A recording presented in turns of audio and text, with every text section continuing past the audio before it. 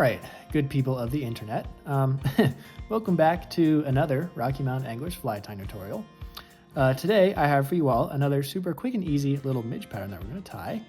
If you have been up to Wyoming and fished the North Platte River up there, you might be looking at your screen right now and thinking to yourself, hey, I know that fly. If that's not the case, I guess the first thing I would tell you would be that you got to get up there and fish the North Platte in Wyoming. But indeed, what I've got here is a Reef PAL Midge. This is a fly that was originated for the Great Reef up on the North Platte. It was tied originally by a North Platte Lodge guide by the name of Adrian Keeler back around 2001 or so. So it has been around for a minute, and during that time, it's made itself a little bit of a reputation among anglers who fish the reef. It's certainly been known to be a day saver up there, and even though it was designed for that river, I guarantee you it will fish just lovely down here on the Front Range as well. So yeah, I'm going to whip one up here for you today, and without further ado, let's get right into it with our materials. So our hook choice today is going to be a Tiemco 2488, and this is a size 18 I've got here in the vise.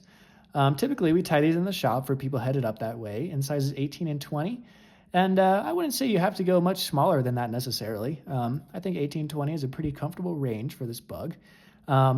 If you're looking for an alternative hook option, we also tie these on the 2487 with the down eye.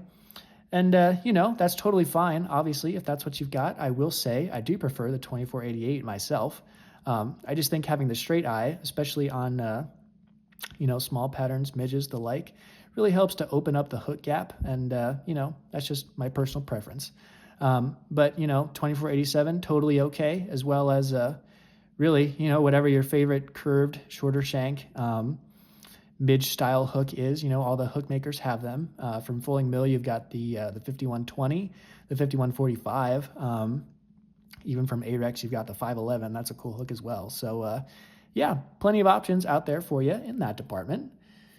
Now the bead is actually something really cool, something you don't see every day. What this is a glass tires bead in a midge size, and the color is iridescent purple. I don't know how well that shows up on camera or not, but it's sort of a mix between really cool metallic blues, purples, and even greens in there as well. And one of the things that I like about this package is that, however many 100, 200 beads you get in there, there's quite a bit of variation between, some that are mostly blue, mostly purple, and some that are in the middle. And I would say that you shouldn't be shy about using all of them. I think that just creates a little bit of variation, from fly to fly, and just makes it so that the fish don't see the exact same thing every time, which, there might be a little bit of superstition in that, but I think it could work. So, yeah, just a cool little bead choice here. For thread, I'm going to be using a 14-aught Vivus, and this is the B14 color. It's just like a nice regular olive. You could certainly also tie this with, olive 80 uni. Pretty similar coloration there, you see. I'm just going to do this one with the Vivus because it's what I've got in my bobbin. For the ribbing on this fly is going to be some extra small black UTC wire.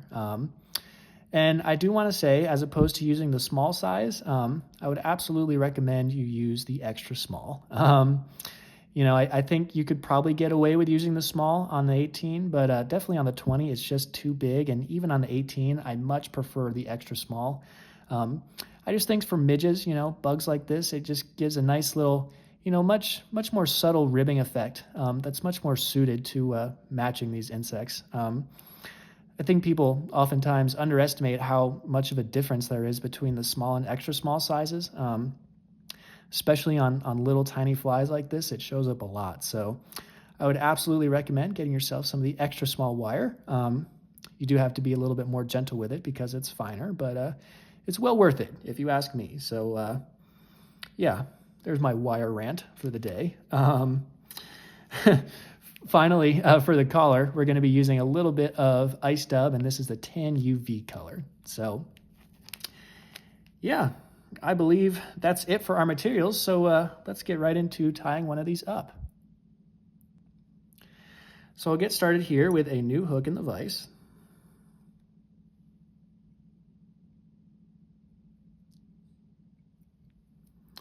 And I'm going to start my thread just right here behind the bead. And I'll just get it started there. Take out my tag. And I'm going to come in right away with my ribbing material. So got myself a nice little piece of that extra small wire. And to catch it in here, I'm just going to lay it in sort of at like a little 45-degree angle there in the nook between my thread and the hook. And you can see all it takes is a half a turn to get it caught in there. Then I'll just pull it down to length so it's behind our bead. And now we're going to wrap down, make a thread base over top of this wire and the hook. So I'll start making my way forward. And one thing I do want to consider as I go is that I want to keep my wire ribbing in line with the hook shank as I wrap over it. And what that means is I'm just holding onto the wire with my material hand and just keeping some tension on it and adjusting the angle as I go. I might be able to show you guys what that looks like here. And I just took my thread down a little ways into the bend, not too far, not all the way around. I don't know how well that shows up, but you can see by guiding the wire down along the hook shank, it creates a nice even underbody, as opposed to if you let it hang freely, the tension in your thread wraps would cause it to spin around the hook as you went.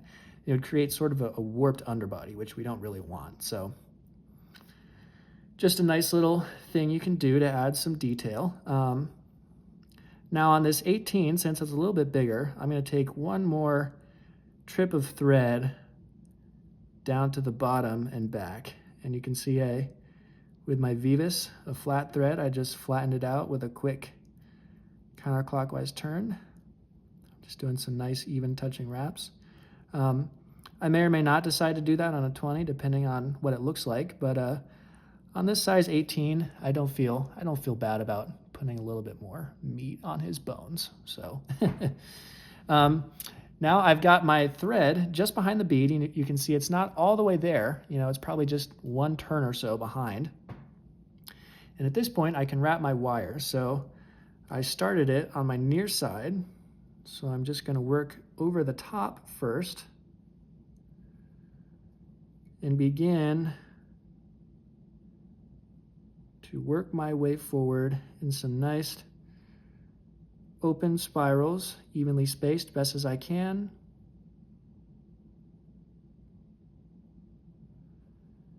And as I said before, you do want to be mindful of how much tension you're putting on this wire, just because it's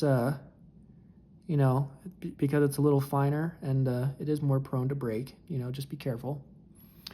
And once I get all the way back up to the bead, I'm gonna throw my thread over a few times here just to lock that in place. And then with some tension on my bobbin, I can just come in and helicopter that wire right out of there. And so I don't know how well you can see, but I'm leaving a little bit of just a tiny bit of open space right behind the bead. So it's not jammed up in there yet. And that's just going to be a little bit of space for our whip finish at the end here in a second. So I jumped my thread just a turn or two right behind the bead. And at this point, we're going to dove ourselves a little collar. So go ahead and pick up your ice dub here and just get yourself a tiniest little pinch. And when I say a tiny little pinch, I really do mean just a few fibers. This ice dub is a coarse dubbing, so a little goes a very long way. And I actually just did a class on this fly, and the number one thing that I saw people struggle with was using too much dubbing and ending up with a collar that's either way too pronounced or that you end up in the situation where you're trying to get, extra dubbing off the thread, which is not easy. Just remember that it's always easier to add more when you need it than it is to take it back off. So I just dubbed myself, a small little noodle. It's probably, half, 3/4 of an inch long. And all I'm gonna do is just wrap it out on top of itself, right behind the bead here, to make a little ball and a nice little collar for us. And I'll end with my thread right there behind the bead. And at this point, we're ready for a whip finish. So I'll grab my tool, and it's just gonna take a few turns in here. But one thing I wanna point out that I like to do is I like to come in and sort of angle my tool so that my thread, as it turns, is sort of angled forward, and it sort of is allowed to slide down off the back edge of that bead, sort of right down into that little notch in between the bead and the collar. And it just seats that whip finish really nicely. And if you've done it right, you shouldn't be able to see any little thread collar there at all. So yeah, everybody, there you have it. That is our finished Reef PAL Midge. If you have any little extra dubbing fibers that are sticking out and annoying you here, go ahead and trim them off. Don't get too greedy with it if you do go to trim it. You don't want to dig your scissors down in there and cut the dubbing noodle itself. Just the ones that are sticking out, but that one looks pretty good. You can see that collar is not too pronounced, and yeah, guys, you can see that was pretty much a fly you can tie in your sleep. Nothing outrageous there at all. Really just a cool combination of materials, and it's worth mentioning that you can really do this in whatever colors you like. In doing the research for this fly, I really couldn't find any consensus out there on what the official version is, if it exists. I did this one today because it's how we tie it up in the shop, but you could certainly change your color. I've seen it tied in like a brown, dark brown instead of the olive. You could also change up the bead. I've seen it done in like a much lighter blue glass bead, as well as a gunmetal, which is like kind of like a steel gray, also very cool. So yeah, just some options out there for you. It's a simple enough pattern that you can afford to be pretty creative with it. So yeah, guys, I think that's all I have for you today. Yeah, as always, thank you so much for watching.